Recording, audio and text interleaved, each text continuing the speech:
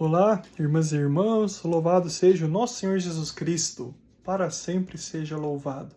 Então hoje a gente vai continuar o nosso estudo da Instrução Geral do Missal Romano, do livro que o celebrante usa, o padre usa durante a missa. A gente já falou um pouquinho dele no último vídeo, corre lá ver se você não viu ainda. Se você tiver, pega aí o seu aí e vamos estudar juntos, Então agora a gente vai ver capítulo a capítulo. Então nesse vídeo a gente vai começar ali do capítulo 1, a gente já falou um pouquinho de outras partes aqui do comecinho, E daí, nessa primeira parte, vai falar, o título é assim, Importância e Dignidade da Celebração Eucarística. Muito do que está falando nesse primeiro pedaço são coisas que eu falei já em outros vídeos, do canal, mais no começo, lá refletindo sobre a palavra do Papa Francisco, na carta Desidero Desiderave, e que ele fala muito também da importância da missa, E daí aqui começa dizendo que a celebração da missa, a ação de Cristo e do povo hierarquicamente ordenado. O que significa isso?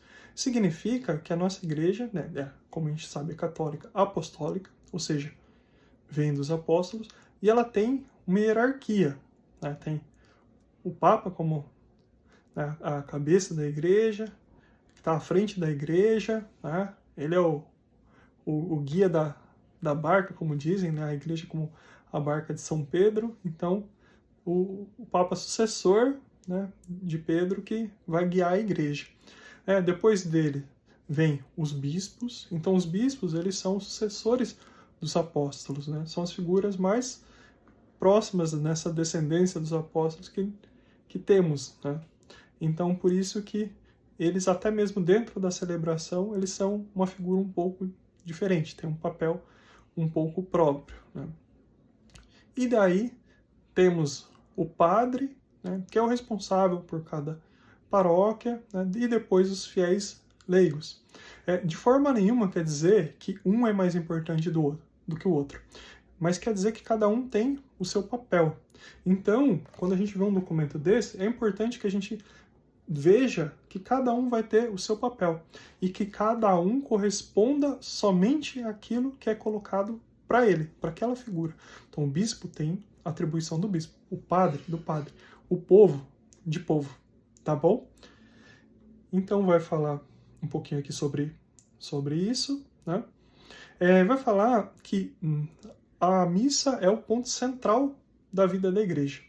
Então, você já reparou que quando a gente tem um retiro, alguma coisa, ou ele começa com a missa, ou ele acaba com a missa. Por quê? Porque, assim, tudo acontece ou a partir dela, ou para ela, Então, ela é o centro de todas as coisas. A Eucaristia é o centro de todas as coisas, Aqui vai falar de um outro ponto muito importante, que quem trabalha para que a missa aconteça, ou seja, os agentes de pastoral, da liturgia, do canto, o próprio padre. Nós temos alguns modelos a seguir, O documento é um modelo a seguir.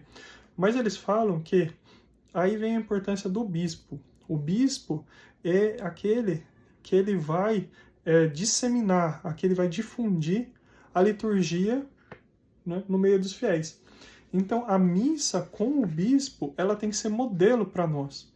Então, os bispos eles têm que ter muito cuidado, na liturgia deles, com a missa. Aquela missa que é celebrada na catedral, com a equipe toda do bispo, vai ser referência para a gente até em termos de música, como que eles tocam lá, o que eles fazem lá, vai ser referência para nós. Como que o bispo celebra, vai ser referência para os padres. Vocês vão ver que, por exemplo, aqui, Dom Júlio, ele vai dar uma cadência. A missa ela tem essa cadência. Então tem uns momentos de silêncio que tem que ser colocados e ele vai fazer muito bem tudo isso.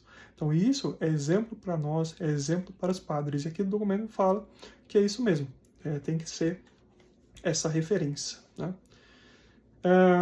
Depois vai dizer que aqui, na instrução, na verdade no missal, isso aqui é uma parte, é a primeira parte do missal, vão estar lá tudo o que tem que ser feito, como tem que ser feito, as rúbricas, ou seja, as rúbricas são aquelas marcações vermelhas que dizem para o padre, aqui você pode inserir algum comentário, alguma coisa, vai estar lá escrito para o padre o que pode ser feito, o que pode ser adaptado. Fora isso, essas adaptações elas só podem ser feitas em alguns casos, vocês vão ver que eu vou falar aqui conforme a gente estiver estudando, alguns casos pelo bispo, pela Conferência dos Bispos, ou seja, no Brasil a CNBB, mas a maior parte apenas pelo próprio Vaticano. Então, o Brasil quer mudar alguma coisa aqui, tem que escrever e mandar para lá explicando tudo e daí ver se vai ser aprovado ou não. É algo que com certeza não ocorre com tanta frequência, mas eu vou falar mais para frente disso. Aí, com isso, né, a gente vai entrar já no segundo capítulo. O primeiro capítulo é bem curtinho, tem muita coisa que a gente já comentou aqui. E o segundo capítulo é um dos mais importantes para a gente, porque vai falar da estrutura, elementos e partes da missa, tá bom? Então, primeiro, de uma forma geral, o que ele vai falar sobre a estrutura da missa é que a estrutura, principalmente da missa, está dividida em duas partes. Então, a gente tem a liturgia da palavra e a liturgia da Eucaristia. Sem essas duas partes, a gente não tem missa. Então, essas são as duas partes principais, né? As duas estruturas principais. Elas se dividem em mais partes, mas a gente tem que sempre lembrar que a missa está principalmente dividida entre liturgia da palavra e liturgia eucarística. Tudo que o restante aponta para elas também, tá? E daí a gente vai para o passo 2, a segunda parte desse capítulo 2, que é a parte dos elementos da missa. E daí aqui eu gostaria de dar uma atenção. O primeiro elemento que ele vai falar é a leitura e explanação da palavra de Deus. Então, quando as leituras sagradas elas são lidas dentro da missa, é o próprio Deus que fala para o seu povo. É Ele que está presente na sua palavra. É Ele que anuncia o Evangelho. Então já começa daí a importância, né, da gente fazer da forma mais digna possível. E todos devem escutar com veneração a palavra, ou seja, todos têm que estar muito atentos. E aqui é muito importante dizer que aqui fala de escutar. Às vezes a gente quer pegar um folheto e ler junto. Então é importante que quem esteja fazendo, faça muito bem a leitura, porque é Deus que fala. Se Ele fala, a gente escuta, a gente não lê. Então a palavra de Deus dentro da missa, ela não é para ser lida, não é para a gente pegar o celular e ler junto. É para ser ouvida, mas para ser ouvida ela tem que ser bem proclamada, porque nós emprestamos a nossa voz a Deus. Depois, aqui nos elementos da missa, depois da palavra, vai falar sobre as partes próprias do padre, do sacerdote. Essas partes próprias aqui vai dizer que elas são muito importantes, elas devem também ter destaque. Por quê? Tem horas que ele vai falar, vai dialogar com a gente na Assembleia, né? Tem horas que ele vai falar com Deus por nós, né? E tem horas que ele vai falar com Deus por ele mesmo. São aquelas partes que às vezes a gente vê ele falando alguma coisa, né, baixinho, fazendo uma oração baixinho ali só para ele, que são as partes que vão ser uma oração dele com Deus para que ele possa bem celebrar a missa. Tá? Então nessas partes é muito importante que todo mundo compreenda de uma forma bastante clara e sem nada de emotivo. Então é para ser algo muito claro, né, que vá direto à nossa razão. Por isso, né, se vocês já viram a missa que tinha lá na homilia alguém fazendo um fundo musical e tal, tá completamente diferente do que pede a instrução geral do missal. Então, ela vai falar que quando o presidente da missa, quando o padre vai falar, se calam todos os instrumentos, o órgão ou qualquer outro instrumento. Então, na missa não existe fundo musical, tá bom? Então, qualquer oração que o padre for fazer, Bruno, mas e as orações que o padre faz cantada? Não pode tocar. Também não pode tocar. Se for uma oração que ele vai cantar, o que pode ser feito é, antes dele cantar, o instrumento dá a nota, simplesmente dá a nota uma vez, para ele lembrar qual é o tom, e ele canta naquele tom que ele ouviu, como uma forma de ajudar ele. Mas o padre, ele canta ou ele fala sem acompanhamento nenhum de instrumento, tá bom? O instrumento é para sustentar a nossa voz da assembleia, a nossa voz do coro, né, dos cantores, mas do padre não. O padre, mesmo quando ele proclama o evangelho cantado, ele tem que proclamar sem o acompanhamento, para que a voz dele seja totalmente clara e a gente só preste atenção naquilo que ele está falando e não na melodia do instrumento, tá bom?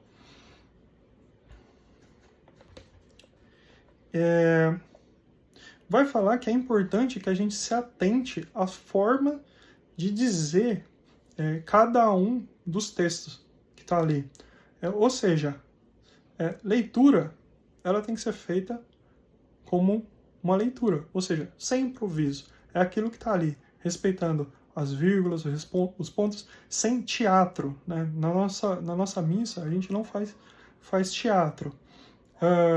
Quando a gente vai fazer, por exemplo, uma aclamação, né, dentro do canto, então a gente eleva um pouco mais a voz. Por quê? Porque ela tem uma característica de aclamação. Então cada coisa tem que ser feita do seu jeito. Não pode ser feito tudo de um jeito. Vou fazer do jeito que eu canto, eu vou lá, eu leio, o salmo vai ser feito do mesmo jeito que eu canto as outras músicas. Não é assim. Tem que ser respeitada a forma de cada texto, que também tem instruções sobre isso. Aí, logo na sequência, vai falar sobre a importância do canto, né? Santo Agostinho vai dizer que cantar é próprio de quem ama. E tem o provérbio antigo, que também muitas vezes é ligado a ele, que é quem canta bem reza 2 vezes. Então, assim, a gente tem que dar um grande valor para o canto, principalmente nas missas de domingo. Então, na missa de domingo, não pode faltar o canto. Na missa de semana, tudo bem fazer uma missa sem canto, mas na missa de domingo não pode faltar o canto. E tem uma outra coisa que fala que a gente deve saber o que cantar. Tanto aqui quanto em outros documentos, fala um pouco sobre uma ordem de prioridade no canto. Então, principalmente aquelas respostas que a gente tem que dar ao sacerdote de forma cantada, elas devem ser cantadas na missa de domingo. Elas são o principal a ser cantado. Por exemplo, o santo, né? O próprio padre fala, nós, junto com a multidão dos anjos, vamos cantar. Aí você vai lá e simplesmente fala aquela oração. Então, a gente tem que saber. Às vezes tem missa que a gente vai, que a pessoa canta outra coisa que não é muito importante e não canta o santo. Não canta outra oração que seja em resposta. Não canta o amém. O amém é uma das principais euforias da missa, né? Onde a gente ali louva a Deus e agradece, né? Tudo ali. Então, pela toda a oração eucarística ali é o grande amém, né? Os cantores dizem que é o grande amém. Então, deve ser cantado. Às vezes a gente vai cantar após comunhão, mas não canta o amém, né? Então, a gente tem que prestar atenção nesses momentos. Outro ponto é sobre gestos, né? Então, que a gente preste atenção no padre, que a gente preste atenção no diácono, para que a gente não fique fazendo qualquer gesto, toda hora a gente está fazendo algum gesto porque alguém faz. Então, é importante que a gente saiba a hora de levantar, a hora de sentar, a hora de fazer alguns gestos. E por último, aqui também vai falar do silêncio. Eu já fiz um vídeo no passado também, falando da importância do silêncio. Aqui fala, inclusive, chama o silêncio depois da comunhão de silêncio sagrado, silêncio santo. Então a gente tem que respeitar também esses momentos de silêncio. No próximo vídeo, a gente vai entrar nas partes da missa, parte a parte. E hoje eu passei de uma forma rápida, mas a gente vai poder ver muito melhor tudo isso acontecendo em cada parte da missa. Amém?